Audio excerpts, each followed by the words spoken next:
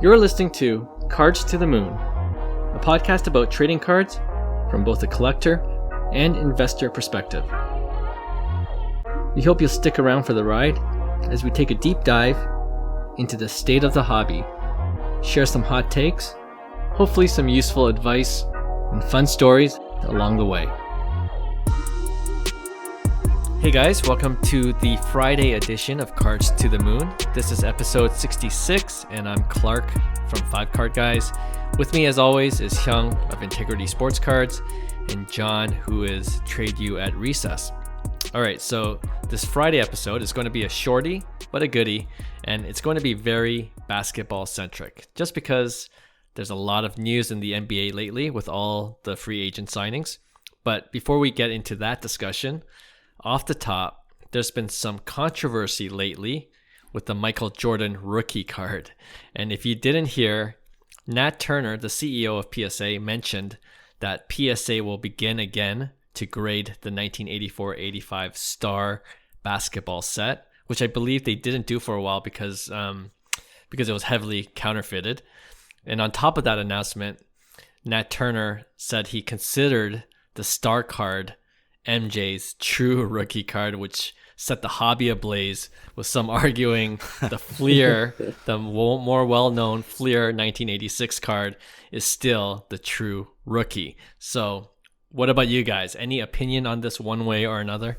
True. There's no doubt that the 86 Fleer is like iconic. Okay, So let's get that out of the way. However, it was, and I know people aren't going to be happy about this, but the Star card they consider it the XRC, right? And which means what? It's like the extended rookie. It wasn't as a flagship base, but it was part of the extended set. So it was like obviously earlier in Jordan's rookie year. So it does have licensed. It is a licensed product because Star was actually licensed from 83 to 86. They had the 3-year licensing that nobody wanted during the NBA period. Hard to believe, which is crazy. Mm-hmm. But contrary to popular belief, Clark, I believe it wasn't as heavily counterfeited as people are claiming it to be. But I believe there's a lot of like backstory into kind of this card. It's more than just like there's rumors flying around, and it's been kind of like the subject of cards or Jordan rookie debate for years, even among like hobbyists and collectors, right? So there's a whole backstory. You guys actually should check out this website called basketballgold.com. Okay. And it tells you all these myths, like the Mythbuster, and kind of like the true, like what this 84 Star card, like the backstory and everything. And it's pretty crazy, just to say the least. There's too much to kind of unfold here because I know that I'm going a little too deep. But you guys need to check out the backstory on it. It's pretty exciting. And to me, that makes me want the card even more.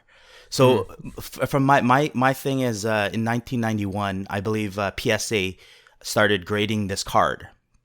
Or they stopped grading this card because it was known as like a type 2 counterfeit, which was known that like that 1984 card, there was like 100 card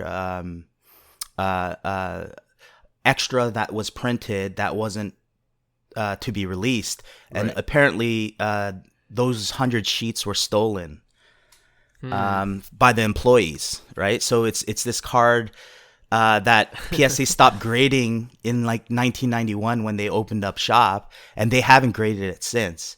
So for PSA to say they are grading this is an absolute big news in the hobby, like from a hobby perspective, because a lot of hobbyists actually agree that the 84 Star card is his true rookie.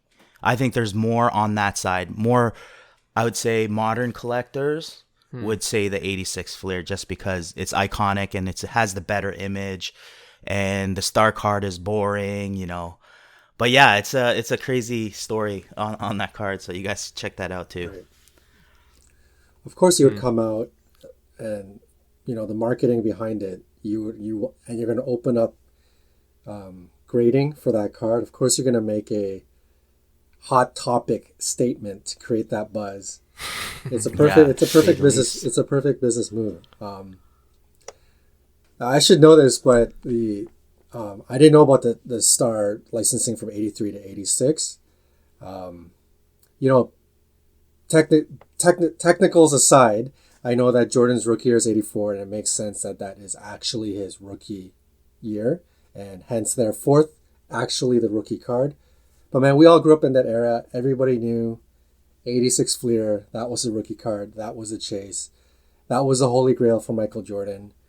When it comes down to it, even if the hobby changes and even if the hobby ends up saying, yep, you know what, you guys are right, 84 star, that's the OG rookie, that's the actual rookie card. It doesn't matter. This is like a 52 Mantle, 51 Bowman, the Mantle, 51, 52. It's the same situation where the 86 Fleer is still going to be the Michael Jordan card. So conversation aside, I don't think in the end it's going to change anything. The hobby will still look at 86 Fleer as the card. And maybe people will start saying 84 is the actual rookie card. But yeah, that's how I feel. It's still 80. Nothing will change. Like 86 will still be, that's the card. Okay. So you're in that camp. All right. I think the one question I have, I don't know if you guys know, but do we know how much of the 84, 85 star cards were printed? It is said 3 to 5,000. That's it?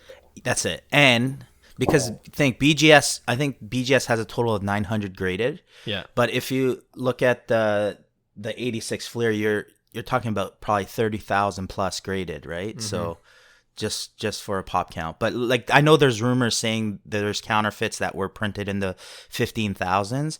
Apparently it's not true. And given I guess the pop count on those cards, it's relatively low for any company because BGS and I think one more other grading company is only grading them, right? So okay.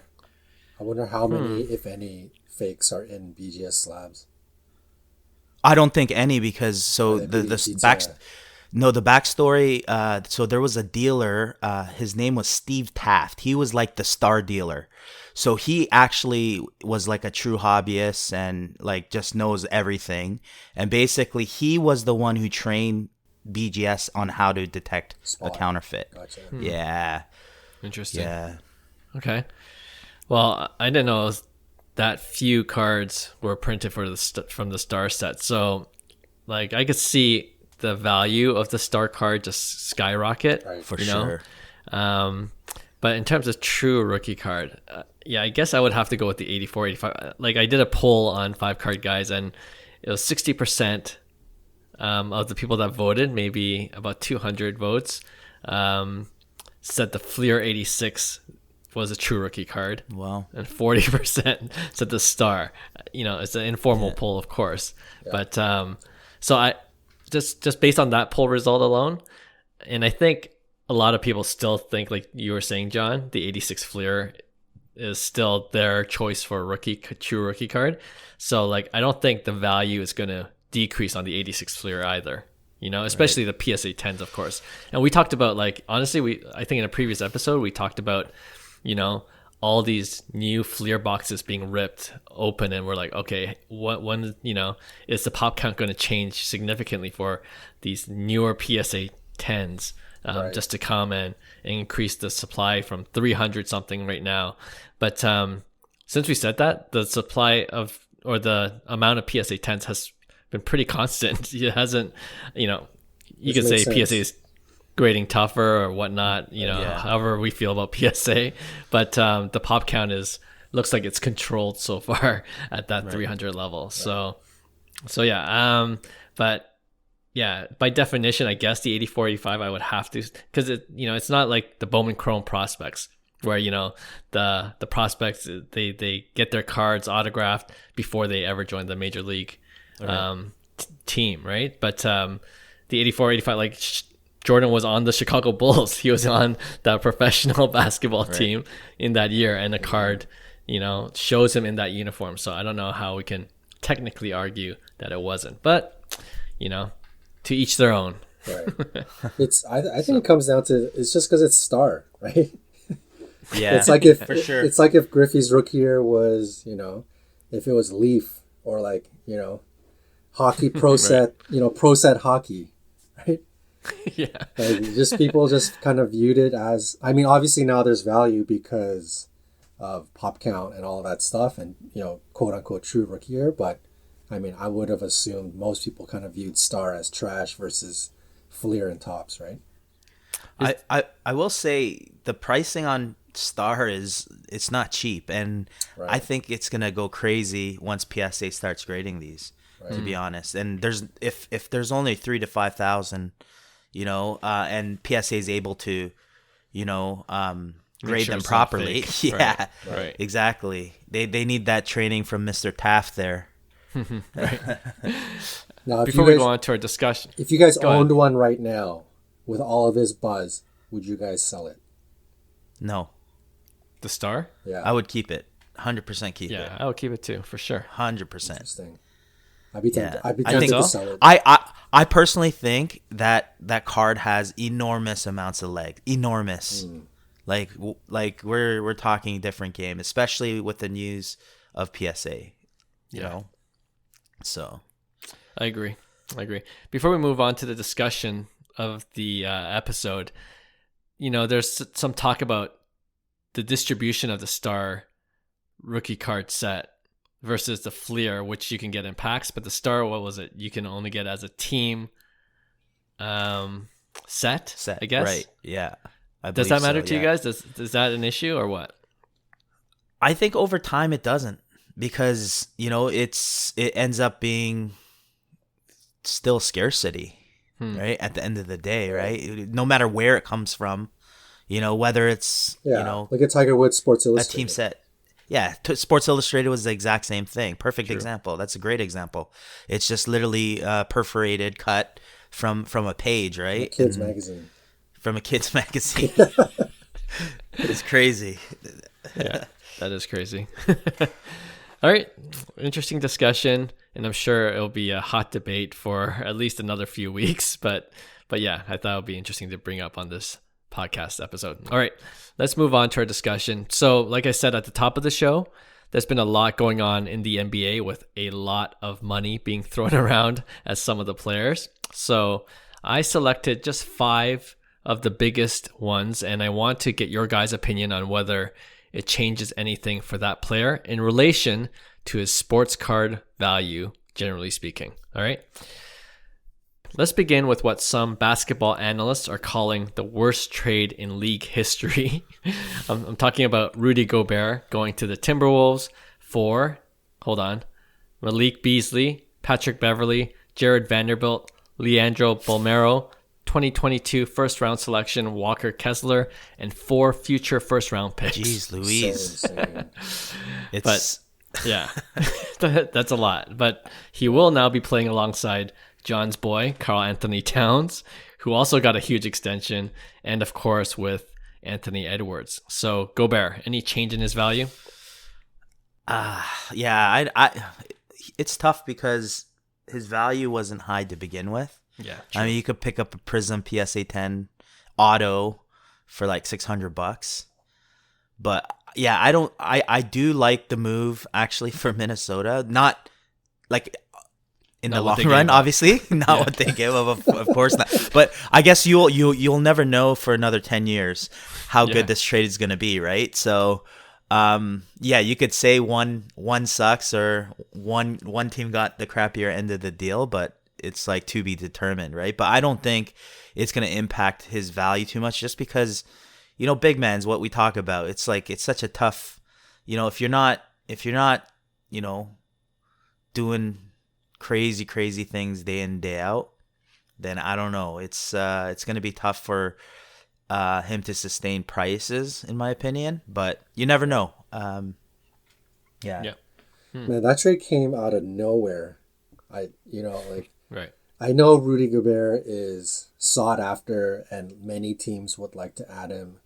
But there was no like rampant, like rumors that were happening, like deals are imminent.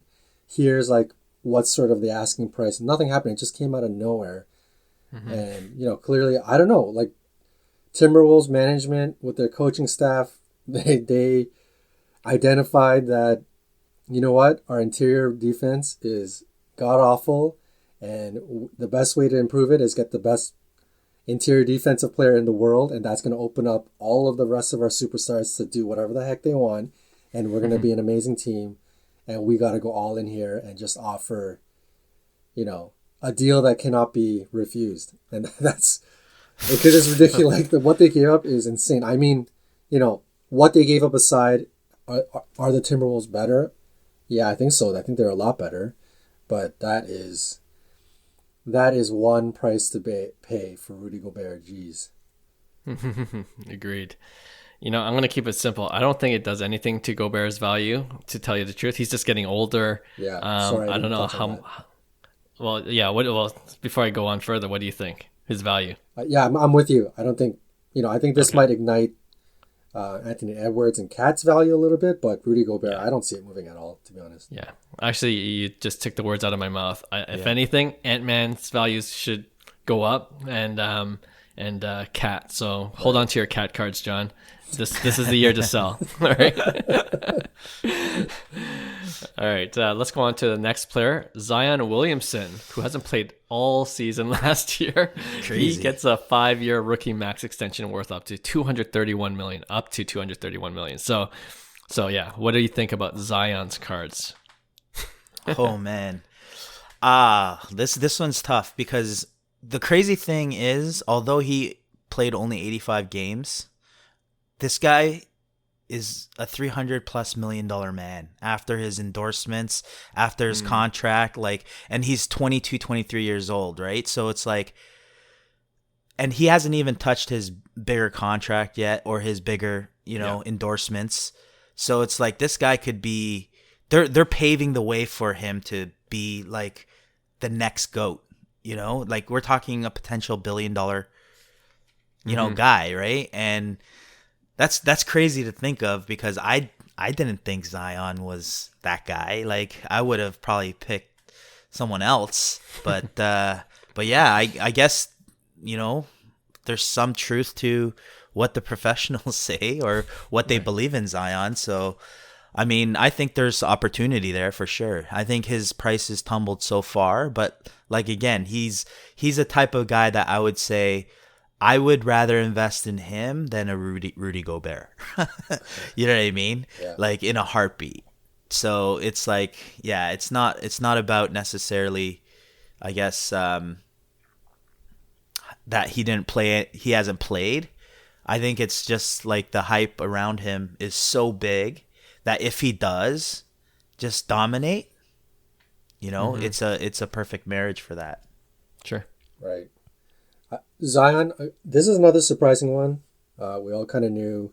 We talked about Pelicans last year and their marketing for their season ticket holders. It didn't include Zion. And it looked like writing was on the wall that they were going to trade him. And then you don't really hear nothing. And all of a sudden Zion is ripped in one of his like Jordan commercials or Nike commercials. And then there's a 5-year max extension. The extension aside, I don't think this really, to be honest, I mean, maybe it has. I haven't really checked prices, but I don't really see it igniting Zion prices. I think whatever position you're in on Zion, and if you're collecting Zion, I think your opinion of him or how you think, what you think of him, I think it'll stay relatively the same.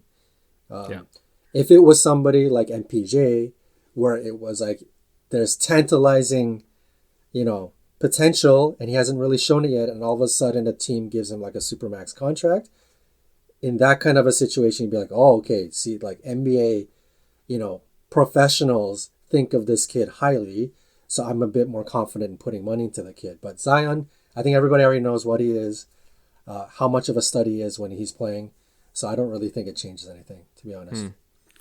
Wait, didn't MPJ get a huge contract already? Yeah, that's what I'm talking about, right? Like, I see. Got it. Yeah. Okay. Yeah, I think, Zion Williamson, like, his pricing dropped, like, mid last season, I think. That was the time. But now, like, if you look at his prices, it's already gone up. Like, it's already priced in his potential for next season. Recovery, comeback, all that stuff. Yeah, that whole narrative for sure. So I don't think it does much. Like, it's going to be hard actually for him to have his card value go even further up because he's got to live up to those expectations now going into next season. So we'll see. Good for him getting that contract though. Yeah, all right. The next three guys, this will be quick. It's mostly for like collectors who can't maybe afford a Zion Williamson rookie card right now. But how about like John Wall? You know, like his rookie card is pretty cheap. Signed a 2-year contract with the Clippers. Theoretically, should be playing with Kawhi and Paul George next season. So yeah, he signed for $13.2 million over 2 years. Anything, John Wall? We forgot about him or what? If you like John Wall, buy his rookie card. That's it. Okay. PC. PC. That's it for me. All right. Yeah, he's talented. How many years has he not played? 2 years? 2.5 years? Like, it's been a while, right? It's been a while. Yeah. I mean, he's still talented. You look at some of the videos of him practicing, like, he's still got the talent. I'm not sure how much he'll fit into. People are saying he's going to fit in really well, but you got 3 sort of like ball dominant point guard style players. I'm not sure how well they'll gel, but I'm sure John Wall is going to have a very limited position, and like he's not going to be playing huge minutes or anything. So I think he'll come back. But yeah, hobby wise, you want to go value bin digging and get some John Wall and take a very low risk position and maybe turn it into something. Yeah, maybe why not? But yeah, I probably wouldn't touch John Wall, to be honest. Okay. Agreed. PC for me as well. Yeah. All right. How about another guy who currently still plays for the Washington Wizards, Bradley Beal. He re-signed with the Wizards. With the Wizards. Oh man, that's the worst thing you could do. $251 million contract. Honestly, he needed to leave Washington, and I think that's the knock on him at the end of the day. And I'm off of him as well. I know the thing is prices are so cheap that it's not like I said, I don't know if his trajectory is Hall of Fame trajectory, probably not, but like, I mean, all these players you're listing, like John Wall, it's same category. It's like all-star, players that, are talented, and Bradley Beal's like super talented. This guy's dropping 30 a year the last couple of years before, I guess, this past season. Right. So he could score, but like I said, I think it's part of your legacy, and that's why guys like Tony Parker are like, are known, and they're going to get the recognition for, winning championships and leading championship teams. And this is what he's having in basketball. It's like that's the big knock, right? So, in an era where everybody's jumping ship at, like just like that, like a snap of the finger, and these super teams and whatnot, Bradley Beal is exactly what every fan base wants to see: a true superstar that is dedicated to his city, but for Washington, man, treat him well. You guys got a gem. For the rest of the NBA, that's tough, because I think everybody else wanted to see Beal kind of grow his own wings and go to a team that can, where he'll be showcased and his abilities will be, front and center. So I think everybody's pretty, probably on a selfish side, pretty disappointed that you're not seeing Beal on, another bigger market team. But yeah. Yeah.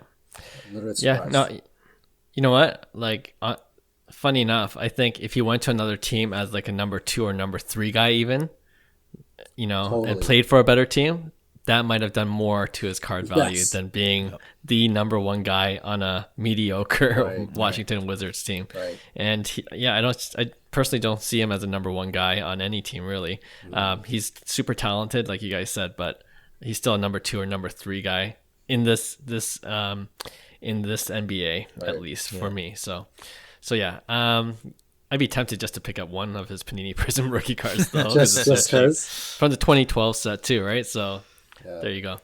All right, last one I want to round off this discussion with is a younger guy, someone with more potential, but Zach Lavine, 5-year contract, $215 million max deal with the Bulls. What do you guys think? Well, best thing Zach Lavine did was leave Minnesota, and I think he's grown some wings with Chicago. So, like, he's in a tough situation. For me, it's like I'm on like guys like Tatum, Trey ahead of Lavine, and he kind of fits in that little like in between, right? Where it's like, yeah, he's super talented, and I want to see a few more years, before I like commit to him, something like him. So I'm off of Zach Lavine as well. Okay. Yeah. With Beal, I think people were tantalizing at the prospect of him being like on a big team like Lakers or something like that to really see his value explode. He's back with the Wizards, status quo. So I don't think Beal anything changes, and the exact same thing goes with Lavine. The only issue with Lavine is he's already on a good team, right? So I think whether he signed this 5-year with the Bulls or the Lakers or any team, I don't think for a guy like Lavine anything would have changed, to be honest. I think his ceiling and who he is on a winning situation, all of that, it's all already baked in. Like, I think you're seeing the height of Zach Lavine prices in the last 12 to 18 months. And I just don't see it going anywhere but either staying stagnant or going down. Unless, out of nowhere, he overtakes DeMar and he's the man. He's hitting all the game-winning shots. He's dropping 45 a night. Something like crazy drastic has to happen. Otherwise, I'm like, I wouldn't touch Zach Lavine. I'm just, unless you're like PC, that's all good. But in terms of investment, no go for me. Okay. Yeah, he's kind of the same way I feel about John Wall. He's a guy that Chicago Bulls fans, Zach Lavine fans, go for it. Right. But he's in that lull period of his career, like we were talking about previously too. Yeah. Like, he's got to show that he can take the next step up, and who knows what that looks like with the Bulls. So I'm not investing in Lavine either, despite his huge contract. All right, one last guy, actually, who hasn't been traded yet, but of course I'm talking about Kevin Durant. Who knows? By the time this airs, he might be traded, but as of now, he's still with the Brooklyn Nets. My question to you guys is, where would be the best team for him to sign with to increase his card value? Just talking about hobby impact. Oh, I was gonna say biased impact. I was just gonna say Toronto sign him. We need you in Toronto. Yeah. Come to Toronto. I don't see that as a bad move. Like, I don't think it will hurt his value. I think back in the past, if you came to Toronto, it kind of hurt your value. But I think it's different now. So I don't know actually I don't think any team would affect his card value, to be honest. I think he's built his legacy enough where his prices are, for the long term, I think they're gonna be pretty healthy, in my opinion. Okay. He's a beast. Yep. So yeah. If I'm being honest, obviously biased aside, I would love to see him in Toronto. When you look at, I don't know if you guys saw Chris Broussard's take on Toronto. Like, Americans, like a pretty solid population of people in the States still view Toronto kind of, it's Canada, it's not the States, a little bit of a joke. So if KD were to land here, I don't think, to be honest, that's going to really explode his cards. But now we're talking Canadians all of a sudden jumping on KD. Like you saw what happened to Kawhi's cards. You see what's happening with a lot of like PC Blue Jays and PC Raptors. So you could have a reverse effect. Maybe I'm completely underrating the Canadian market. But for me, I think if KD went to the Suns, if he went to the Heat, I could see his value like starting to come back. That could. I like the Heat. Yeah. Yeah, like I think that could kind of refresh or restart people's opinions on KD and his chances of winning, all of that stuff. I think if he goes to Golden State, I'm not sure. I think it'd be hit and miss. I think obviously the odds of him winning a championship is there and it's at the highest. But I think people kind of paint him as a villain or like a cop out, like a bit of a coward again. Like I think all of that kind of narrative might start. This was last week's episode all over again. John has to throw those punches I gotta throw in some jabs, man. KD's coming after you, man. If he went to Golden State, I'll be like, no, man, no, that's not it. So for me, I think Golden State is not it. But if he went to the Suns or Miami, I could see his value really taking a bit of a punch upwards. Okay. I'm going to say the opposite. Like if he went to the Suns or even the Heat, and definitely if he went to the Warriors, I think he would have that image of chasing rings. Like, you know what I mean? Like on a good, already solid team. So how much more can he contribute to that team? Sure. You better win almost. Yeah, exactly. Otherwise you hurt your legacy. He's got an image whatever team he goes to. No. But listen, if he comes to Toronto, this is biased, of course. We all mentioned our biases up front. Here we go. If he comes to Toronto, like he'll be the guy, right? He has to take the Raptors with him to win the finals again, just like Kawhi did. And I think that adds his legacy, adds to his legacy. Right. And when his career is said and done, that's just gonna be another positive factor for his Hall of Fame ballot and just how people perceive his career, just the numbers. And so come to Toronto, KD. That's my pitch. You'll be happy in Toronto, and your rookie card value will definitely go up. All right. Okay, that's it for today's show, actually. So again, we would like to thank all our subscribers and listeners of our podcast, and we hope you appreciated this episode, and we'll be back for a brand new full-length episode on Tuesday. See you then. Bye. Hey, thanks for listening to Cards to the Moon. We'd really appreciate you subscribing to our podcast wherever you listen to your podcasts. And you can also connect with each of us on Instagram at 5cardguys, or you can follow Hyung at Integrity Sports Cards, or John at TradeU at Recess. You can also check us out at 5cardguys.com. Thanks again, and hope to connect soon.